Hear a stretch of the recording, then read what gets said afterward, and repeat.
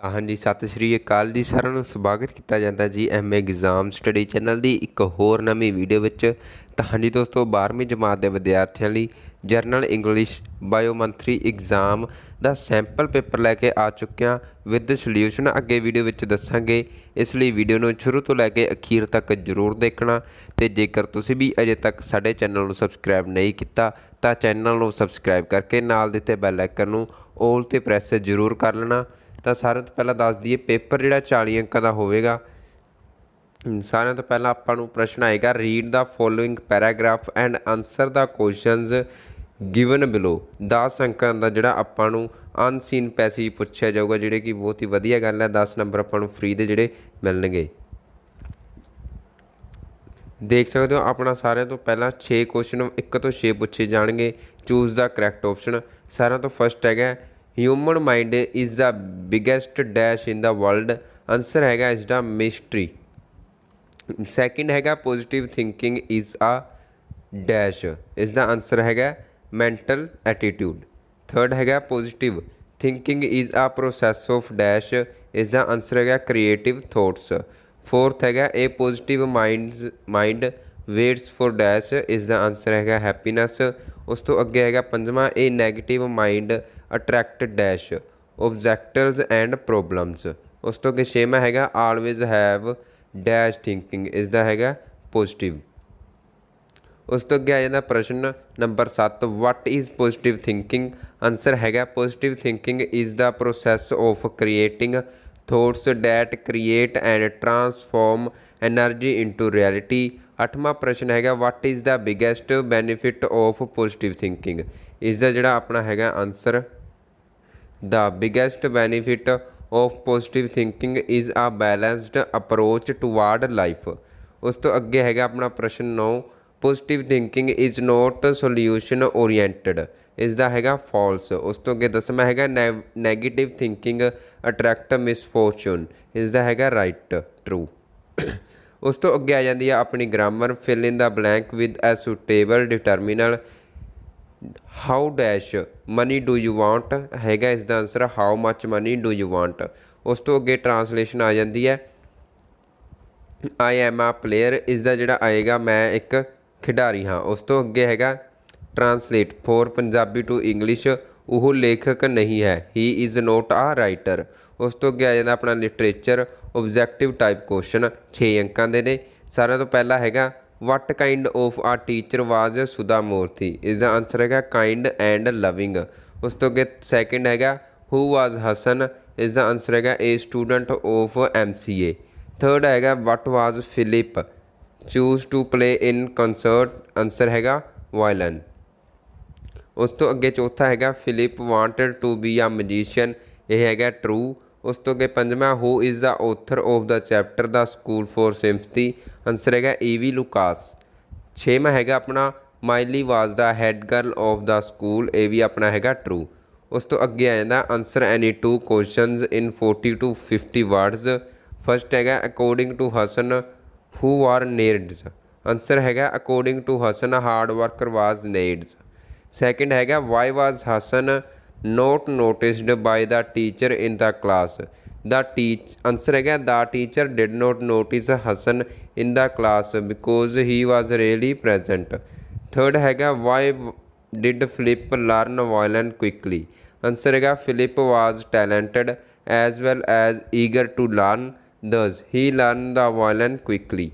Fourth हैगा अगे, what made the concert a flop show from Philip. Answer है the pin used to fit in the shirt dropped and shirt fell down from his neck. All started laughing at Phillips. He was perplexed and forgot what he was playing. Finally, he left the stage abruptly. उस तो अगे आ जाता अपना C, answer any 2 questions in 40 to 50 words.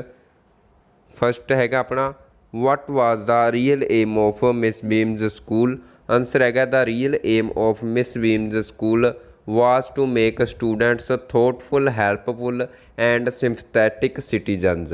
उस तो अगे second हैगा, which days was the most difficult for children. Answer है the blind days was the most difficult days for children. Third हैगा what does the author tells us about Miss Beam. Answer हैगा the author tells us that Miss Beam was a middle aged authoritative kindly and understanding woman. उस तो अगे चौथा हैगा where the children playing in the ground really physically handicapped. The author felt sorry for some of the children because they seemed to be handicapped. उस तो अगे D दे विच आ जाता अपना 4 अंकों का stanza. Read the lines given below and answer the questions that follow.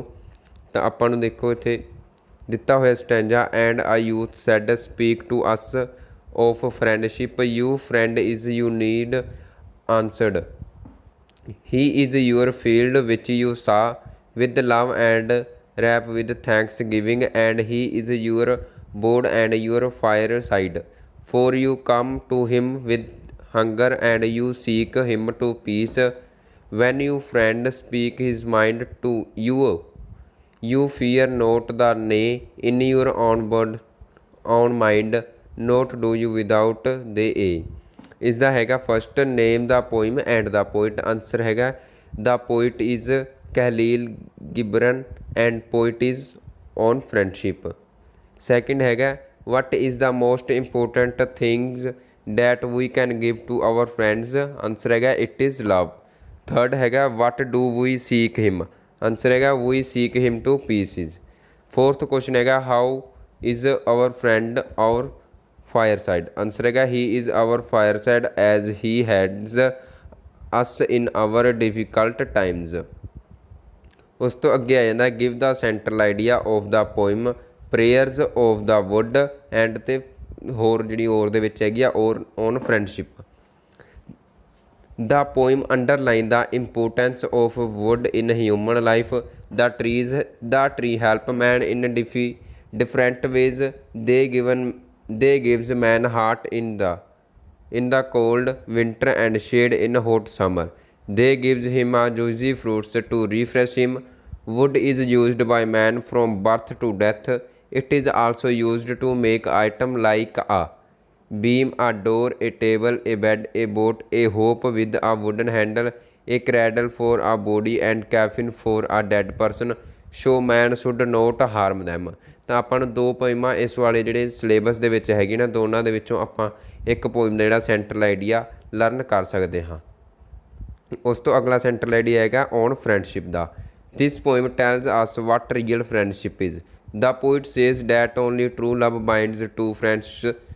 Friendship should be without any motive. We give love to your friend and receive love and thanksgiving in returns.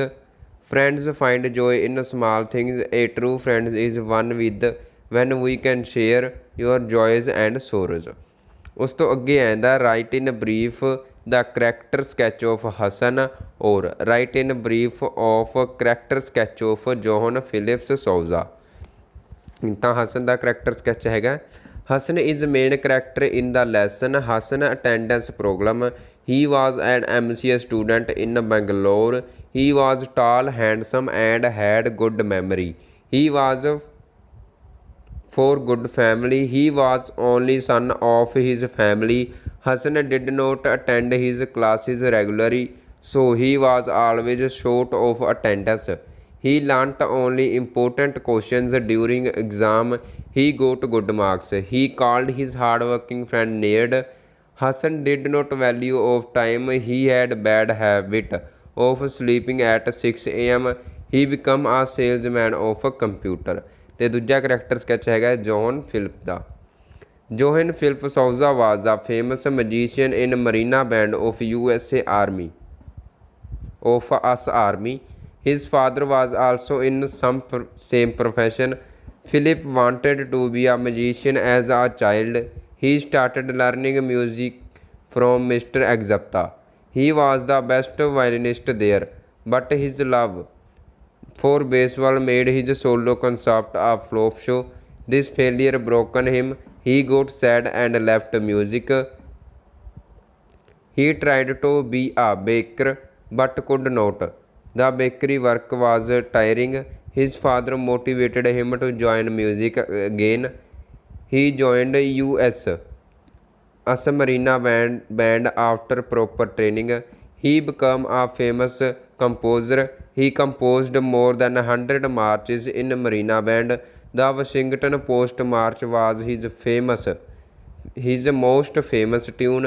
This made him famous as a march king. ਤਾਂ ਉਸ ਤੋਂ ਅੱਗੇ ਆ ਜਾਂਦਾ write in brief the character sketch of Miss Beam. Answer ਹੈਗਾ Miss Beam is the main character of the story the school for sympathy. It is written by E V Lucas.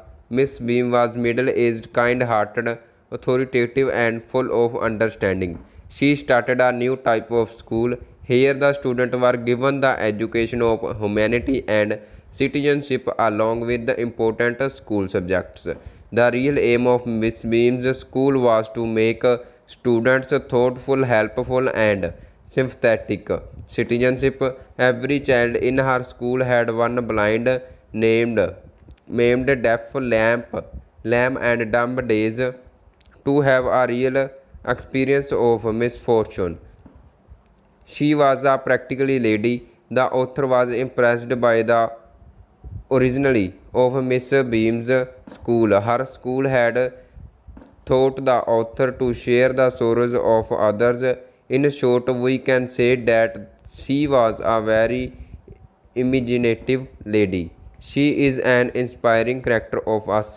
ਤਾਂ ਉਸ ਤੋਂ ਅੱਗੇ ਤੁਸੀਂ ਦਾ ਸਕੂਲ ਫॉर ਸਿੰਪਥੀ ਦਾ ਜਿਹੜਾ character lesson ਦਾ ਜਿਹੜੀ theme ਆ ਉਹ ਵੀ ਲਰਨ ਕਰ ਸਕਦੇ ਹੋ।